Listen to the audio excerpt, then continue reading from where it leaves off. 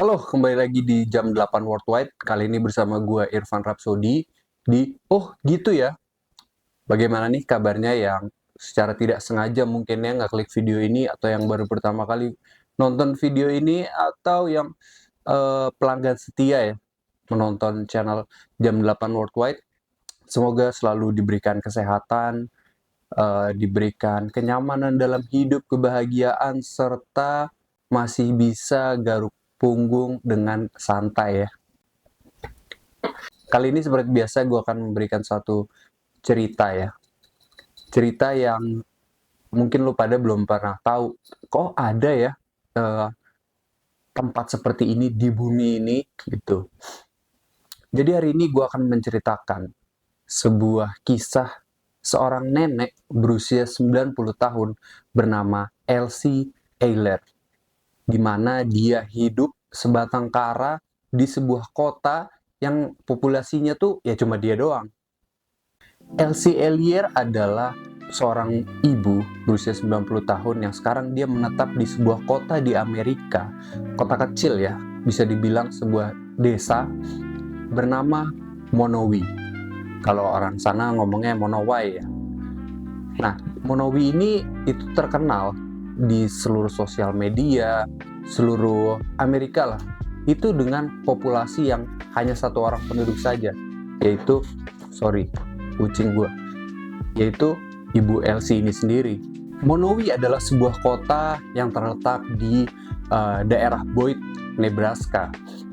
Jadi menurut sensus Amerika Serikat ya, Monowi ini disebut sebagai desa atau perkampungan yang hanya memiliki satu orang penduduk saja. Daerah Boyd ini, Nebraska ini, itu tercatat mempunyai kurang lebih hanya sekitar 2.000 orang saja ya, yang dimana 3 kotanya itu populasinya di bawah 10 orang. Jadi dalam satu kota itu terdapat kota-kota kecil, pedesaan, perkampungan. Nah itu ada 3 kotanya yang sangat sedikit populasinya, termasuk Monowi tadi, Monowi. Bagaimana sih sejarah Monowai atau Monowi ini, kok bisa cuma satu orang doang yang ada di sana? Nah, Monowai ini itu didirikan pada tahun 1902 sebagai kota pertanian, peternakan, dan juga sebagai kota yang dilewati oleh jalur kereta api. Populasi tertingginya di Monowi itu ada pada tahun 1930-an. Itu sekitar ada 123 orang. Nah, pada saat itu fasilitas di kota kecil ini tuh sangat memadai. Itu ada penjara, ada sekolah, ada kantor pos, ada gereja.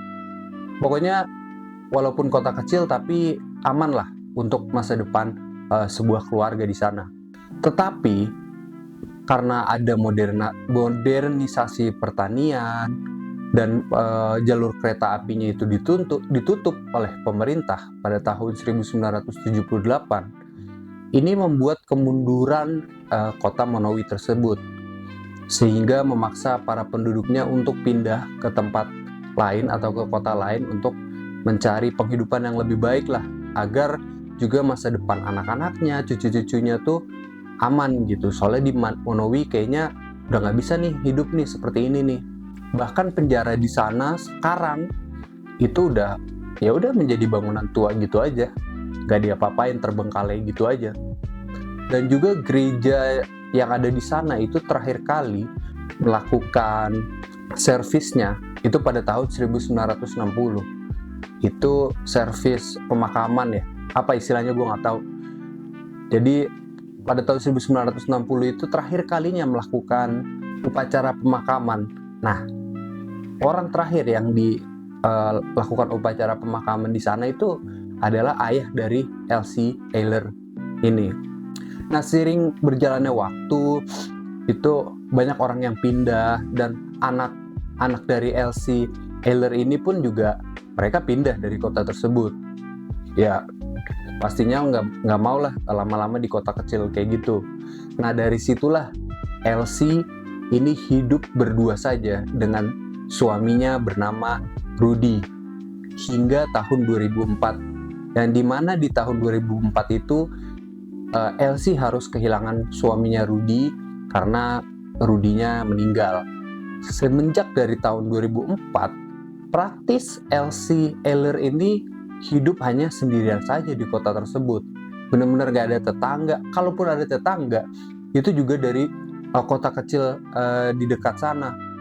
Dan itu pun gak dekat juga ya. Itu berapa puluh kilometer baru ketemu kota terdekat dari sana.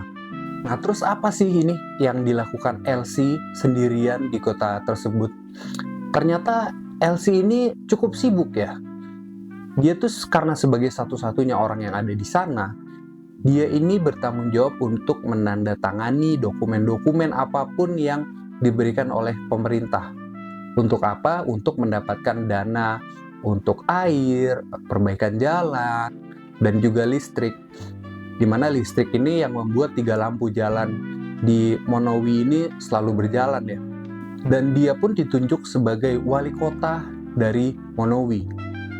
Jadi dia ini yang memungut pajak, dia juga yang menandatanganinya, dia mengajukan permohonan izin minuman keras dan tembakau. Dia juga nih yang nandatanganin. Pokoknya skala bentuk birokrasi pemerintahan itu dia yang ngajuin, dia juga yang nandatanganin sendiri. Pajak dia yang mengajukan, dia juga yang pungut sendiri. Ya buat dia sendiri juga fasilitas dari pemerintahnya. Nah, cara nyari duitnya gimana nih Ibu Elsie? Nah, dia itu mempunyai kedai minuman di sana. Kedai makanan dan minuman ya. Nah, kedai ini adalah satu-satunya bisnis yang berjalan di kota Monowi. Siapa yang menjadi pelanggan dari kedai tersebut? Nah, pelanggannya ini seringkali adalah orang-orang yang lewat kota tersebut hanya untuk ya pengen istirahat sejenak, dia mampir ke kedai minuman Elsie Eller. Atau juga tetangga-tetangga dia dari kota sebelah itu seringkali mampir ke sana untuk ya ngobrol-ngobrol lah, silaturahmi. Tetangga-tetangganya kan udah pasti seumuran juga, kakek-kakek, nenek-nenek juga.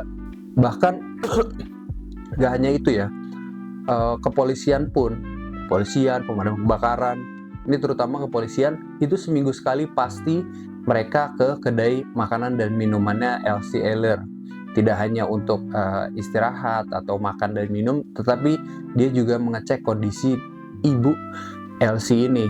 Apakah kondisi kesehatannya masih sehat, ya update kehidupan lah, ngobrol-ngobrol santai aja. Elsie ini bekerja di kedainya mulai pukul jam 9 pagi. Nah, jadi dia tuh bukanya dari hari Selasa sampai dengan hari Minggu. Nah, setiap hari dia buka kedainya jam 9 pagi dan tutup sampai pelanggan terakhir itu pulang. Ya kurang lebih 12 sampai 14 jam. Jadi kalau kita hitung-hitung sampai jam 9 atau jam 10 malam dia ada di kedai itu ya. Dan juga ada beberapa periode di mana Elsie Eller ini butuh bantuan orang-orang sekitarnya dalam kedainya ya, di kedai minumannya dia itu, yaitu ketika periode berburu.